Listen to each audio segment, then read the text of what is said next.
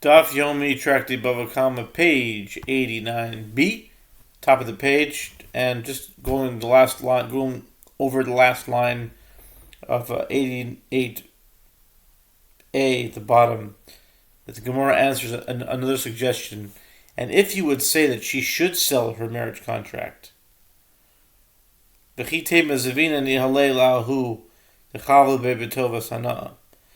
you would say that she should sell her marriage contract to the one whom she injured in order to receive the money for the financial advantage, 89b at the top, so that even if she were to forgive the debt of her marriage contract with regard to her husband, the one whom she injured would not lose anything. As now, as well, she is not giving him any payment, one could respond that ultimately, in any matter that will engender a benefit to her husband, she will certainly forgive the debt with regard to him. And we do not trouble the courts to supervise the sale of the financial advantage without cause. The Gemara asks, but if the reason she does not sell the financial advantage of her marriage contract to obtain money with which to pay the injured party is that she would then forgive the debt of the marriage contract, then with regard to that which is taught in a Braita to Sefta 922, and similarly in a case where she was the one who injured her husband, she has not lost her marriage contract as a result, as he does not collect compensation from the properties she brought into the marriage that are enumerated in the marriage contract. Why does she not lose it? Let her sell the financial advantage of her marriage contract to her husband in order to obtain the money to compensate him for that injury that she caused him, as if she will forgive the debt of her marriage contract with regard to her husband. There will be no loss for the purchaser, which is her husband. The Gemara answers, this Braita is certainly in accordance with the opinion of Rabbi Meir, who says that it is prohibited for a man to remain living together with his wife even for 1 hour. But what about 15 minutes? No, I'm kidding. For 1 hour after without her having a marriage contract. Therefore, if the woman cannot sell the financial advantage of her marriage contract, she cannot sell the financial advantage of her marriage contract to her husband, because she always has to have it on hand. She can't sell it. It won't work. But if you hold her married, then it has to be. Yeah. Okay.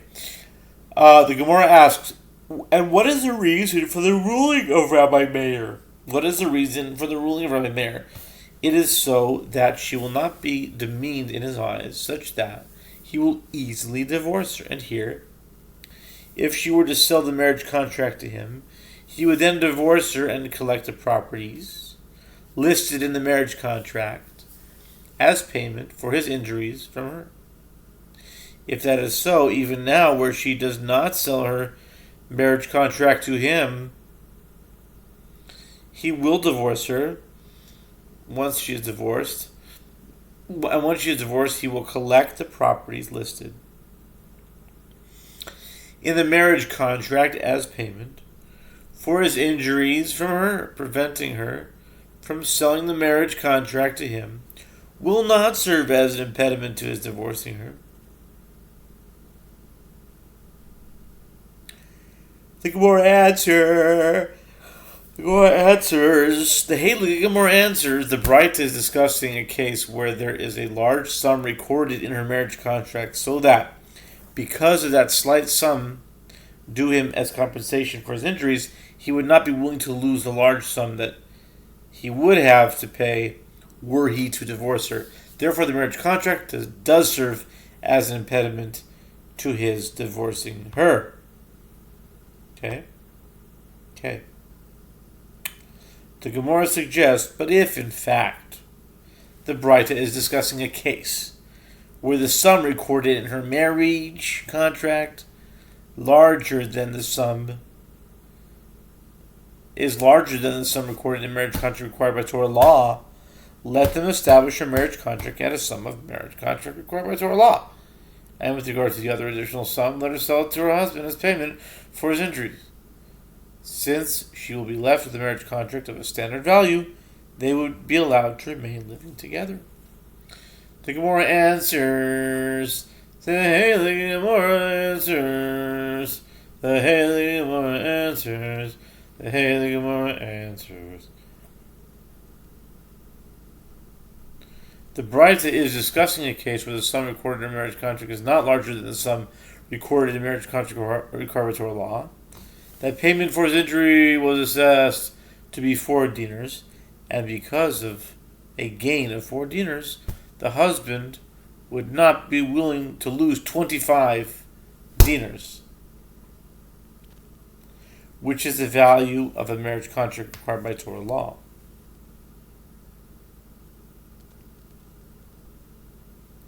The Gemara asks, but with regard to that which is taught in the latter case of the Braita, just as she does not sell her marriage contract to obtain money to pay damages while she is under him, and that means married to her husband, so too she does not lose the value of her marriage contract to pay damages while she is under him,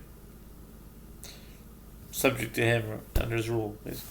But there are times when she will be found to have lost the value of her marriage contract. And what are the circumstances? It would be a case where the sum recorded in her marriage contract is larger than the sum recorded in marriage contract required by Torah law.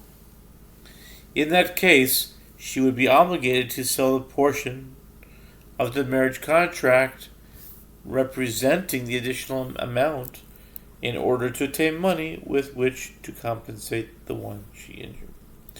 Rava said in response, in the latter clause of that Braita, we arrive at the stipulation in her marriage contract that the male offspring inherit payment of their mother's marriage contract, and it is not discussing the sale of the marriage contract in general. And this is what the Braita is teaching, just as the halakha stipulates that a woman who sells her marriage contract to others does not lose the future implementation of the stipulation in the marriage contract that the male offspring inherit payment of their mother's marriage contract.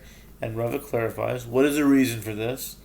The need for money is what caused her to sell it under duress, and she did not intend to abrogate her son's rights to inherit the property in the future. Rava continues his explanation of the Braita. So too, a woman who sells her marriage contract to her husband does not lose the future implementation of the stipulation in the marriage contract that the male offspring inherit payment of their mother's marriage contract. And Rava clarifies, what is the reason for this? The need for money is what caused her to sell it under duress. The Gemara returns to the earlier discussion and suggests, shall we say that the issue whether or not there was an ordinance of Usha instituting that the wife cannot sell her usufruct property is a dispute between Tanaim, as it is taught in one Braita, Canaanite slaves, that the woman brought into the marriage as usufruct property are emancipated by having a tooth knocked out or an eye blinded by the woman. In other words, the wife, as is the halakha, when the owner of the slave knocks out a slave's tooth or blinds an eye. But they are not emancipated by having a tooth knocked out or an eye blinded by the man. That means that the husband, as he is not their owner. And is taught in another Braita, the slave is not emancipated if his tooth was knocked out or his eye was blinded, nor by the man, nor by the woman. The Gemara continues its analysis.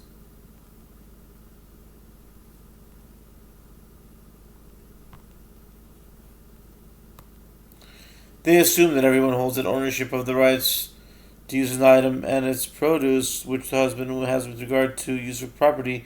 It's not like ownership of the item itself, which is why the husband is not considered the owner of the slaves. What?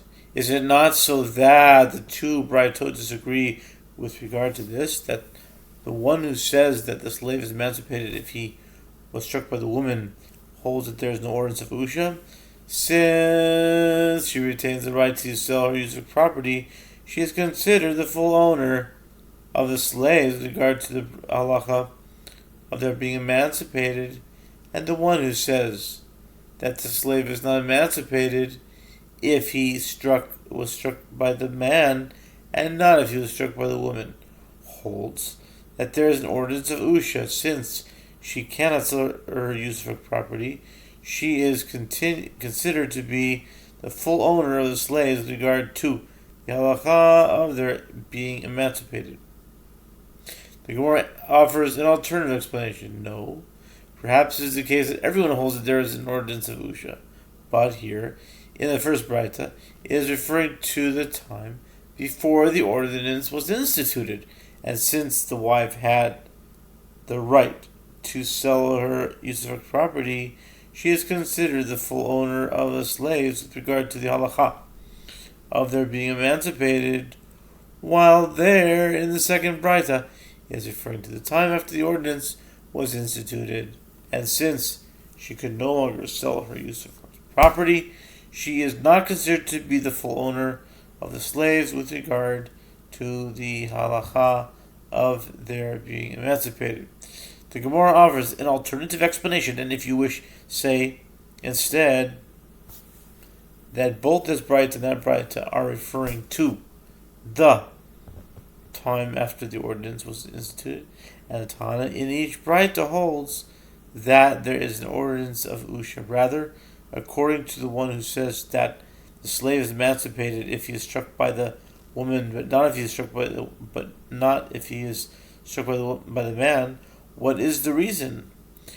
Is the reason according to the statement of Rava, as Rava said, and we'll stop here.